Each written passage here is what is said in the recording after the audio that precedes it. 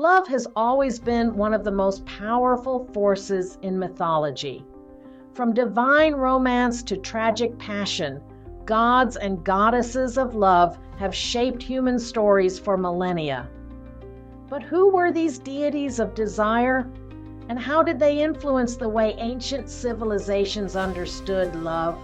Let's explore the most legendary gods and goddesses of passion and romance. Which love god or goddess do you find the most fascinating? Let us know in the comments. Love, beauty, and desire.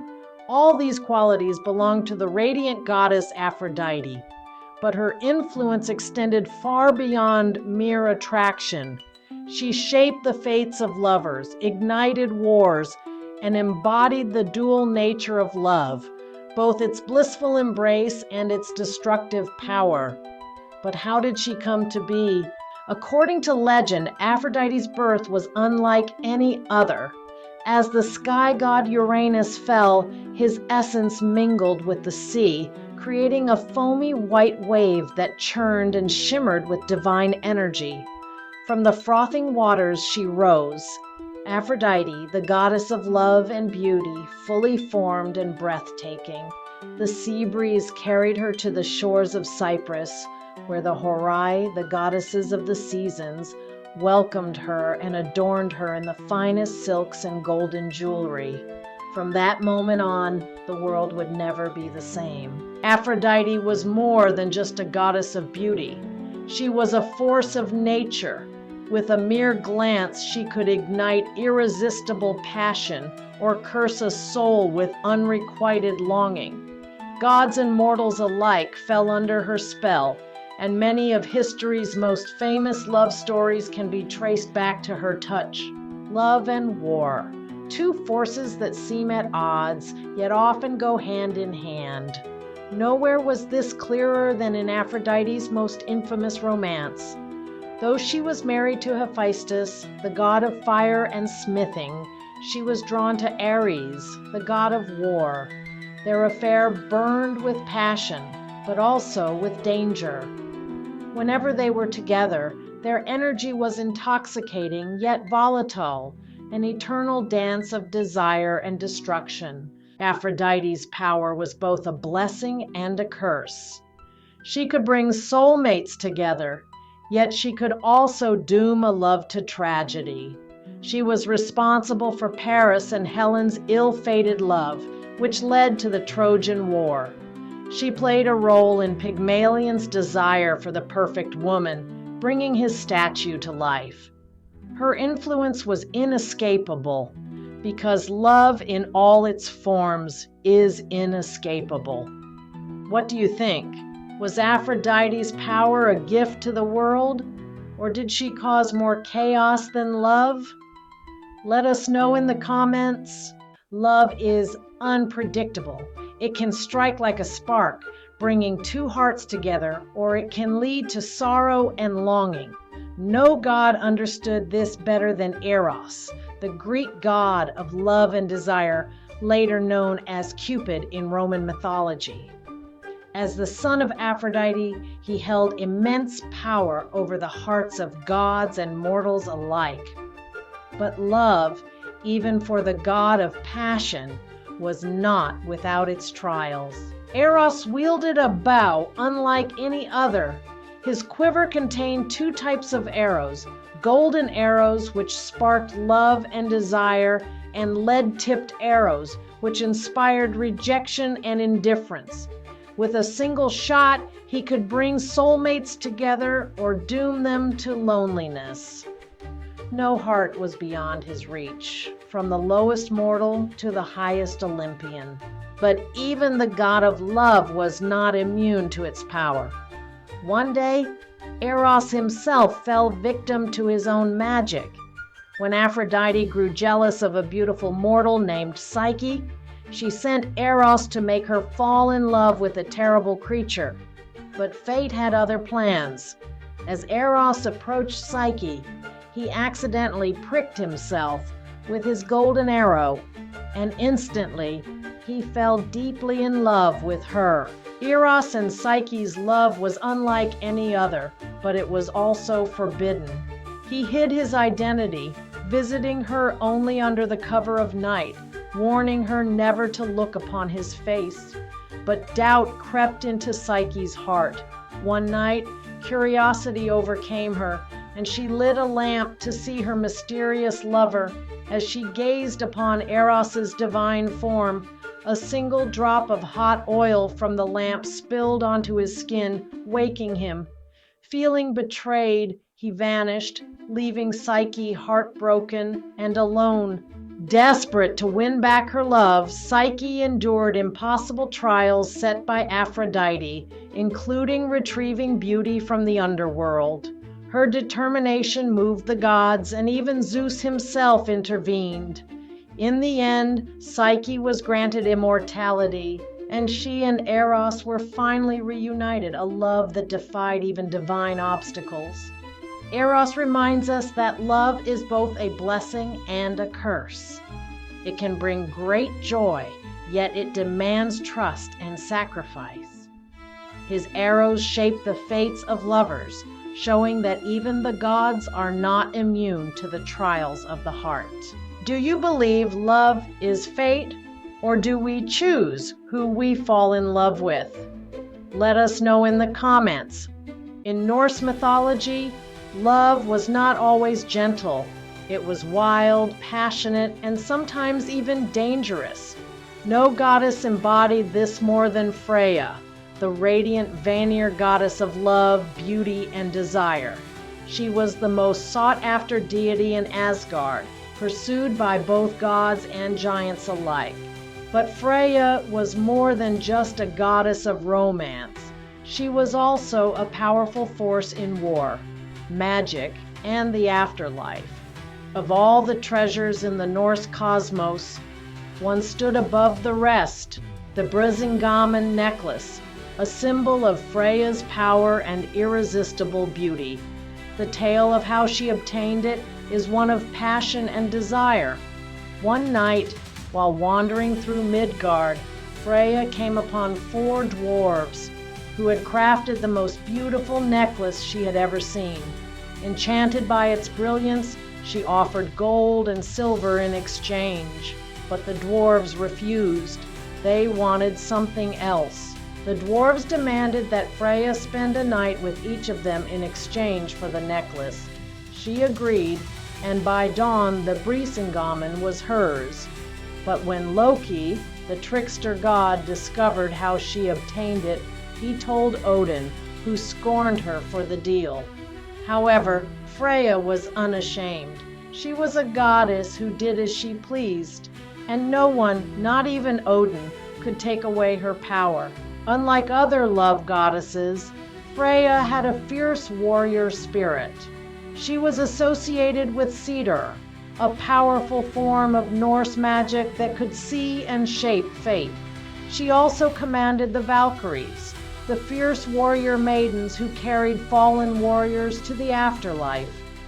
While Odin ruled Valhalla, Freyja had her own realm, the Folkvangr, where half of all fallen warriors went. Love and war were intertwined, and Freyja embodied both.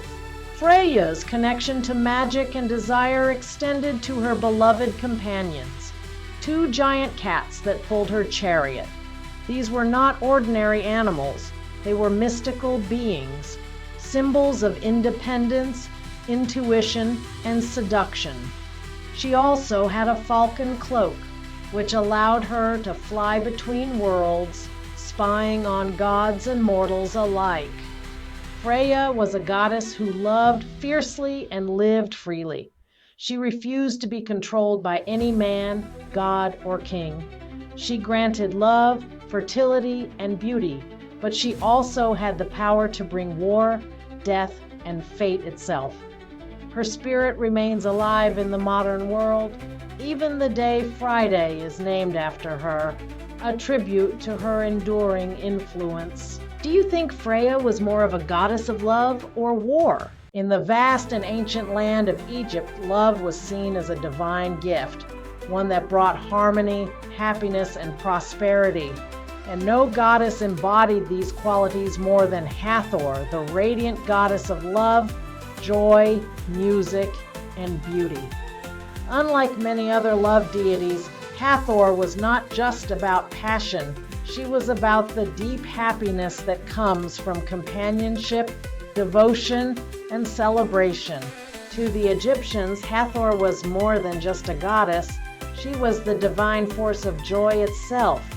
She ruled over music, dance, and festivities, and was often depicted with a sistrum, a sacred musical instrument used to call upon happiness and harmony. Whenever a festival was held, people would invoke Hathor's name, believing her presence could turn any gathering into a time of love, laughter, and renewal. Unlike many other gods and goddesses known for tumultuous love affairs, Hathor was different. She was often portrayed as a faithful and nurturing deity, watching over couples, ensuring fertility, and blessing marriages. She was the goddess lovers prayed to for a happy union and children. Even the mighty pharaohs claimed Hathor's blessing, believing her favor would bring them long reigns filled with love and prosperity. Beyond love and music, Hathor was also a protector of women, mothers, and childbirth. Pregnant women would wear amulets bearing her image, believing she would keep them safe and ensure a healthy birth. She was also thought to guide souls into the afterlife, welcoming them with the same warmth and kindness she gave to the living. Hathor was called the Golden One, symbolizing her connection to the sun, warmth, and life itself. She was associated with the sky and fertility, and many believed she was the wife of Horus, the falcon god of kingship. Together, they represented the perfect balance of love and leadership. One of the most famous celebrations in her honor was the Festival of Drunkenness, where people gathered to drink, dance, and revel in joy. It was said that during these feasts, people forgot their sorrows and embraced happiness, believing Hathor was dancing among them, filling their hearts with love and laughter. Even today, Hathor's presence is felt in symbols of love, music, and happiness. She represents the kind of love that is not just about passion, but about companionship, joy, and lasting harmony. She reminds us that love is a celebration, not just between two people, but a force that brings warmth to the entire world. Do you think love is more about passion or joy? In the vast tapestry of Hindu mythology, love is seen as a sacred force, one that binds the cosmos together. And no god embodies desire more than Kamadeva, the Hindu god of love. Unlike other deities of passion, Kamadeva's power was not born from war or chaos, but from the gentle pull of attraction, romance, and devotion. Kamadeva's weapon was unlike any other. He wielded a bow made of sugarcane and arrows tipped with flowers, each petal infused with divine magic. When struck by one of these arrows, gods and mortals alike would be filled with passion and longing, unable to resist the pull of love. Though Kamadeva was the bringer of love, he was also a trickster of fate. His most famous story is tied to one of the most powerful gods, Lord Shiva. After the tragic loss of his wife Sati, Shiva retreated into deep meditation, withdrawing from the world. But the gods feared that without his return, balance would be lost. To awaken his emotions once more, they sent Kamadeva to pierce his heart with an arrow of desire. With careful aim, Kamadeva fired his arrow, and for a brief moment Shiva's heart stirred. But before love could take root, Shiva opened his third eye, unleashing a burning gaze that instantly reduced Kamadeva to ashes. The god of love, who had once ignited passion across the cosmos, was now nothing more than dust upon the wind. But love, like the soul, never truly dies. Heartbroken by her husband's fate, Rati, the goddess of love, pleaded with Shiva to bring Kamadeva back. Touched by her devotion, Shiva restored Kamadeva, not as a physical being, but as an invisible force present in all hearts. Even now, Kamadeva's essence lingers, guiding love unseen, whispering emotions into the hearts of lovers. Even today, Kamadeva is honored in Hindu traditions, especially during the festival of Vasant Panchami, a time of love, renewal, and the blooming of spring. His story teaches us that love is eternal. It may change form, but it never truly disappears. Do you believe love is fate? Or do we create our own destiny in romance? In the Yoruba tradition, love is not just about passion. It is about harmony, fertility, and the flow of life itself. No goddess represents this more than Oshun, the divine spirit of love, beauty, and rivers. She is the giver of blessings, the healer of hearts, and the source of joy. But just as water can bring life, it can also take it away. When Oshun is pleased, she grants love and abundance. But when she is angered, she withholds her gifts, leaving the land barren. Oshun is more than a goddess. She is the living spirit of rivers. She flows through the lands, blessing those who seek her favor. People come to her waters, offering honey, mirrors, and gold, hoping for fertility, beauty, and true love. In Yoruba traditions, Oshun is called upon in love rituals, wedding ceremonies, and prayers for children. Though many sought Oshun's love, one god captivated her heart, Shango, the god of thunder. Their relationship was a dance of opposites. He was fire, she was water. He was chaos, she was harmony. But their passion was undeniable. Where Shango's storms raged, Oshun's waters calmed. Together they ruled as a divine balance of love and power. Though Oshun was a goddess of joy, her love was not to be taken for granted.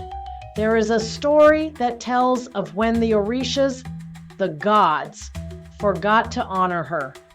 Feeling unappreciated and betrayed, Oshun withdrew her waters, leaving the world in drought. Crops withered, animals perished, and love itself seemed to fade from the hearts of people. Only when the gods humbled themselves and pleaded for her return did Oshun restore her gifts. Oshun is still worshipped today in the Yoruba tradition and in many Afro-Caribbean faiths. She represents self-love, resilience, and the sacred nature of femininity. Many women pray to her for strength, beauty, and fertility. Her lessons remain clear. Love should be given freely, but also respected, for even the most generous heart has limits. Do you think love should be unconditional, or should it come with boundaries? Let us know in the comments. Love is one of the most powerful forces in mythology, shaping destinies and inspiring devotion. From beauty to passion, harmony to chaos, these gods and goddesses remind us that love is a force beyond mortal control. Which love deity fascinates you the most? Do you think love is a gift or a curse? If you enjoyed this deep dive into mythology, don't forget to like, share, subscribe, and hit the bell so you never miss a new video. Check out my playlists and other videos for more legendary stories, and stay tuned for the next epic tale coming soon.